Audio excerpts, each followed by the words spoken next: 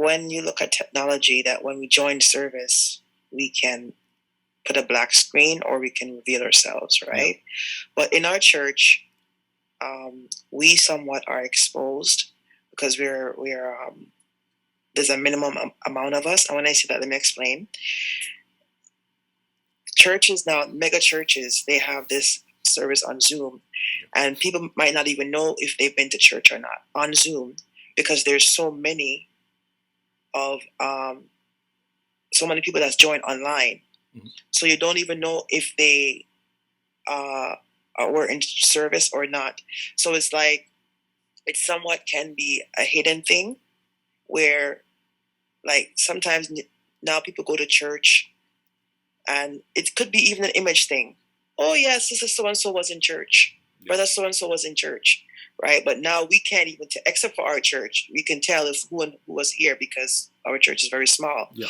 But for those big churches, it's like the commitment level also, you can't guarantee who's committed and who's not because you don't really see everybody on the platform. Like right now I can see who everybody that's here right now. So I know, okay. But those big churches, you can't really tell what member was there because it's so big. Yeah. And so it's like, it's really now this one-on-one relationship with you and God that you no longer owe an explanation to brother so-and-so or sister so-and-so. It's like you now know, that individual now knows your personal relationship with God. Mm-hmm. Because they're not forced, for example, to be online. They're not forced. I mean, in this case, you're exposed because, you can see who and who's not here. But for the big churches, it's really an individual, personal walk with God when you join on Zoom. And that's true. And there's so much more of the conversation we can go into because not only do, like in the bigger church, that not only is there a change, but even as it relates to leadership, there's a change.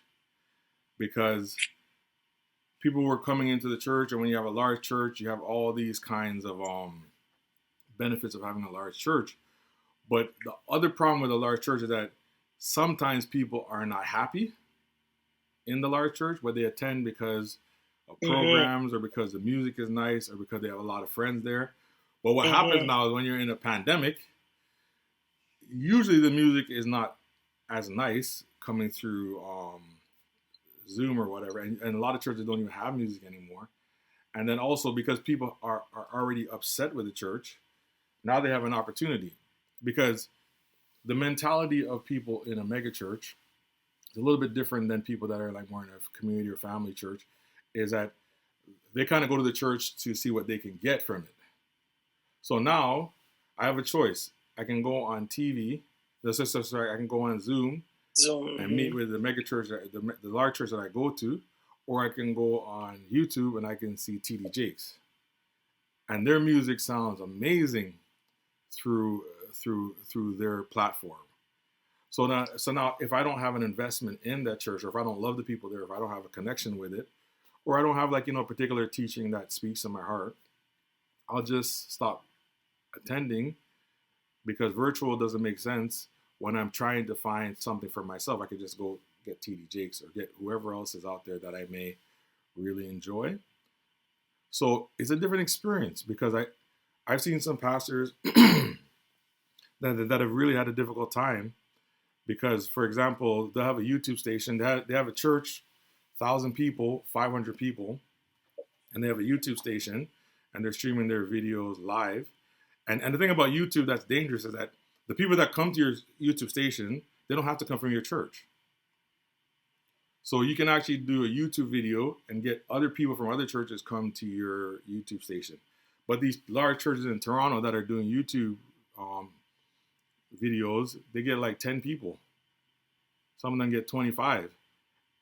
And even within the 25, it may not actually be people from their church. It could just be somebody who's up in Africa and they just want to watch a video, or somebody up in China and they're just interested in like the music. Like, it's not guaranteed that the people who are actually watching are from your church. The reason why I bring that up is that it's like there's a shift in church and nobody is left untouched. So if you're a smaller church, you're touched because you have to learn how to use these platforms. If you're a larger church, you're having even a greater difficulty because you have to learn how to use a platform while at the same time you have this huge mortgage. You have like maybe staff in the church that you have to pay or lay off. And then when you lay them off, they're not going to feel so happy about the church. So every group, every church is having their struggles, some more than others. And every individual is having their struggles, some more than others. Because some people are seeing now as a time of freedom. Other people are seeing now as a time of like, like bondage or horrible time. Because where I'm concerned is I'm a people person. Like I love hanging out with all of you. I love all of the members of Siloam and even people who come and visit. I love hanging out with everybody. But even though I like hanging around with people, I also like hanging out with myself. And most people are not like that. Most people are kind of built one way. So for me, where I'm concerned, I'm not so concerned with people who like hanging out with themselves because it will be tough for you, but you're kind of used to that kind of stuff. But I am concerned with people who are very outgoing people persons who don't like to be by themselves or don't like to be like just only in their family unit. And I see a lot of people who have that kind of personality really struggling now. But you just have to just encourage them and pray for them. And if we are that kind of person, just reach out online or reach out via telephone to people and try your best to be yourself. Because I oftentimes do worry about people who are extremely outgoing and friendly.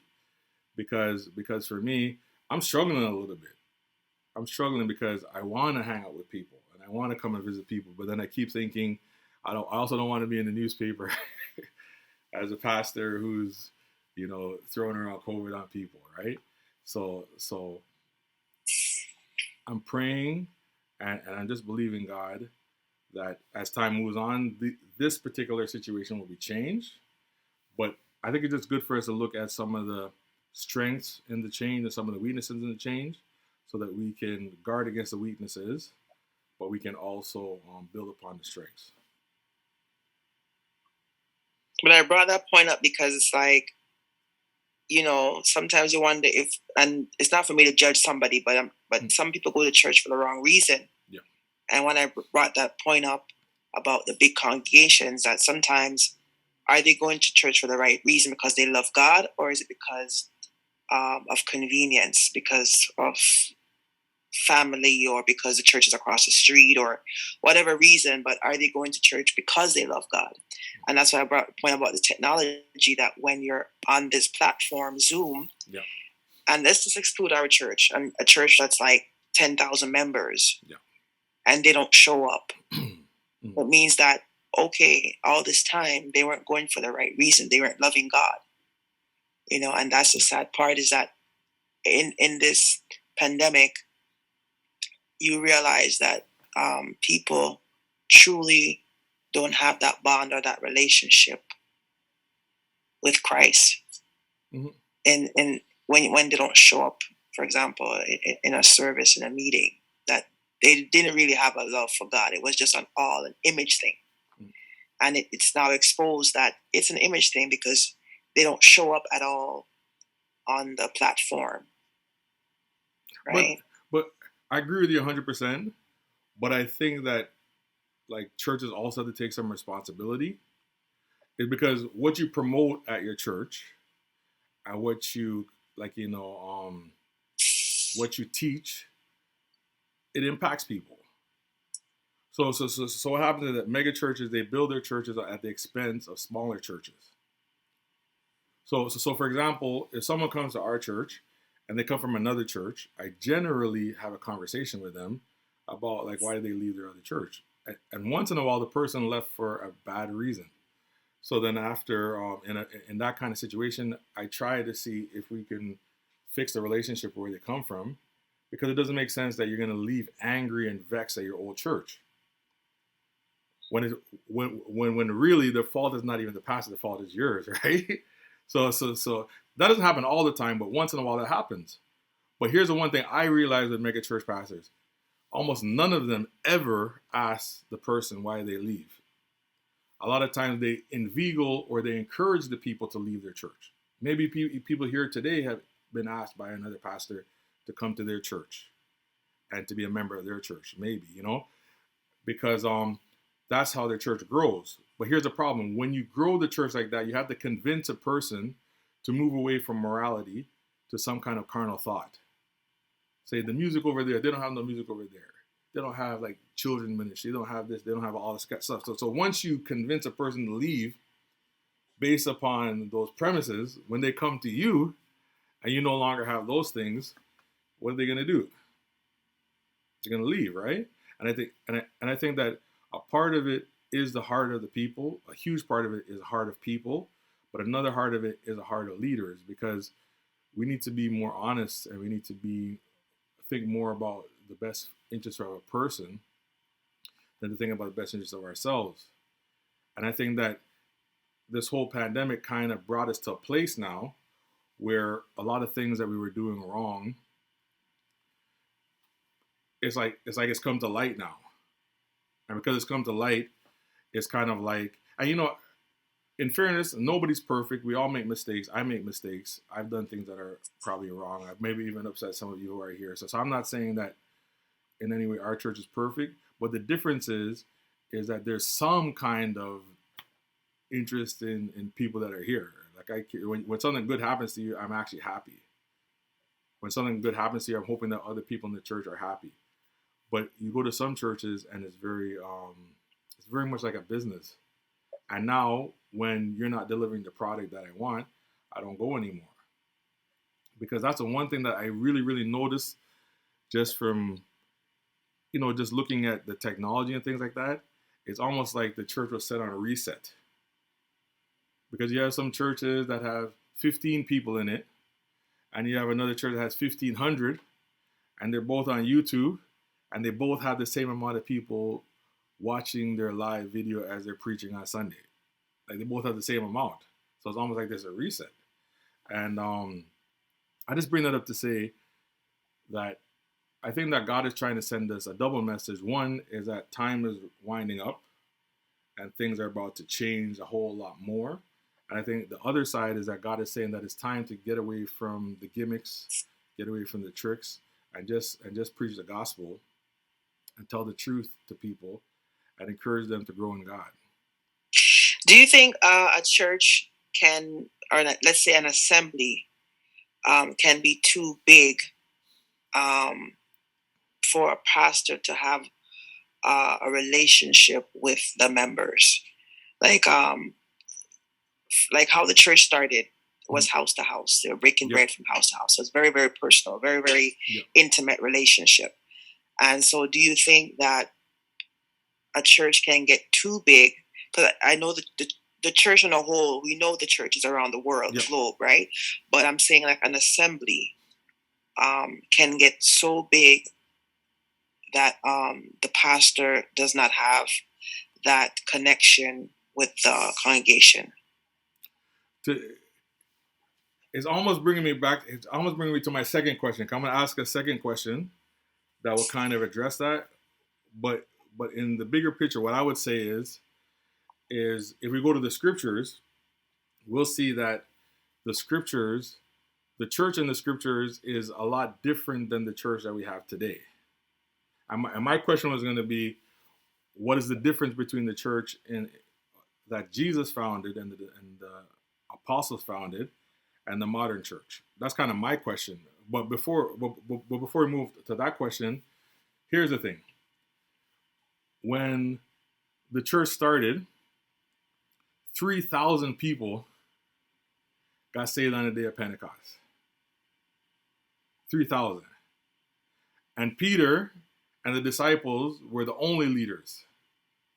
And you might have like maybe one or two deacons or one or two, people to help out. But you had 12 guys with 3,000 people, and they didn't separate it into 12 different churches because they stood as one person, and all 12 of them took leadership over the 3,000.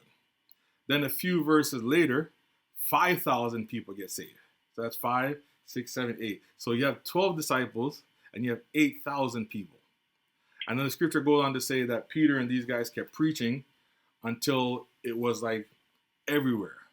And the estimate was that there was 50,000 people in Israel, in Judah or Israel, 50,000 people that were saved. And you have the 12 disciples who are now putting other people into leadership. So they had a church that's bigger than almost every church that's in the world right now. So technically speaking, there's nothing wrong with having a large church, but there is something wrong with having a large church the way that we have it today, because we don't have a large church in North America based on repentance. We have a large church in North America based upon stealing people from small churches. To be straight out, and the only reason why I say that is most mega church pastors, that's what they say. Like, they publicly say this. So I'm not making it up. I'm just taking what they say. So what they do is, someone goes to a small church, they don't know God, they get saved. When they get saved, they turn the television on, they get invited to the mega church. They leave their church that they got saved at and they go to the mega church. And then the mega church might use them to do something in the church for a couple of weeks or something like that. And that's how the mega church grows. And that's not what I say. That's what most of the mega church pastors, if you ask them, like, they don't even try to make it sound different. They say, yeah, that's how we grow. Because none of these people were, I shouldn't say none. Most of these people were never born in our church. Most of these people were never evangelized to become Christians in our church. They were from another church and they came over here because we had nicer music, we had nicer children ministry, we had nicer programming, whatever they were looking for, we gave to them. But the problem with that is that's not growth by life transformation. That's growth basically by offering somebody a product or service and them desiring that product or service more than where they come from.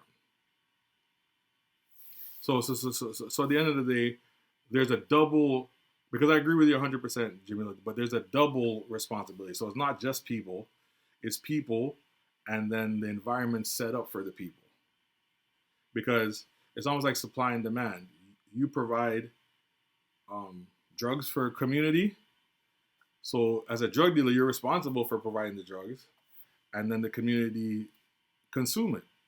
So as users, they're responsible for it as well. So it's so I just kind of share that to say that we live in a society where having a large church is usually predicated upon some form of giving a product or some form of selling something. And I'm not against selling anything. I'm not against products. But at the end of the day, there is a heart to ministry. There's other things outside of ministry, but then you need to have a heart of ministry. And when you have the proper heart of ministry, then people at least know that you have their best interests in heart.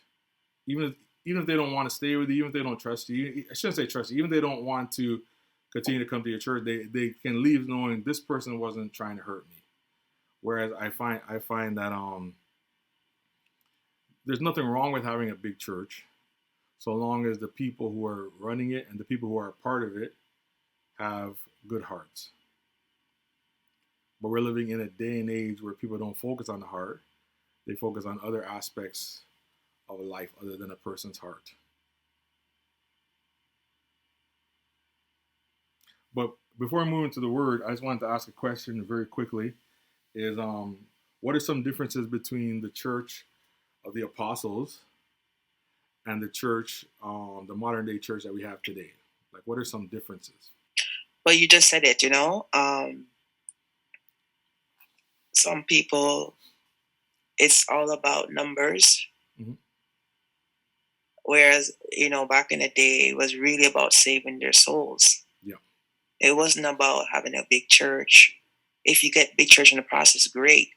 But it really was that personal relationship, that personal walk with God, that love for God, laying aside the weights. Like, they threw out their books, to serve God. What they did back then in terms of relationship, and now it's not the same. So they had that one-on-one relationship with God, whereas now it's like it doesn't seem like some things are genuine, some things are real. It just seems like it's all about getting that big church in one aspect. And it's not about people loving God and loving and serving God with all their heart. Mm-hmm.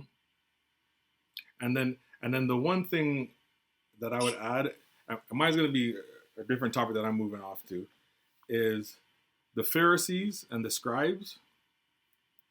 In Jesus' day, they were outside of the church. And today, the Pharisees and the Scribes, they're in the church. And many times, if you're not careful, they're the leaders of certain churches.